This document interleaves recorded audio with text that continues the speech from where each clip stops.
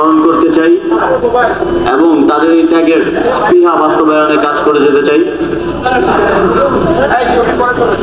খেলাধুলা আমাদেরকে ঐক্যবদ্ধ করে, বিশেষ করে ক্রিকেট আমাদেরকে ঐক্যবদ্ধ করে। ভিন্ন ক্ষেত্রে যত মতভেদই থাকুক না কেন, খেলার ক্ষেত্রে আমরা ঐক্যবদ্ধ হয়ে যাই। জাতীয় ঐক্য বজায় রেখে দেশ পুনর্গঠন ও রাষ্ট্র সংস্কারে এগিয়ে যাওয়াই এই তারুণ্যের উৎসব 2025-এর অন্যতম উদ্দেশ্য। আপনারা ইতিমধ্যে জেনেছেন তারুণ্যের উৎসব সারা দেশে অনুষ্ঠিত হতে যাচ্ছে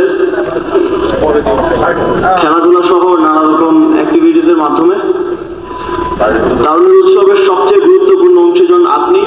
আয়োজন মালার প্রতিটি ক্ষেত্রে আপনার অংশগ্রহণই পারে এই আয়োজনকে সফল করতে। এই আয়োজন সফল করতে সরাসরি সম্পৃক্ত থাকায় অন্তর্বর্তীকালীন সরকারের মাননীয় প্রধান উপদেষ্টা ডক্টর মোহাম্মদ ইউনূস স্যারকে বিশেষভাবে ধন্যবাদ জানাতে চাই।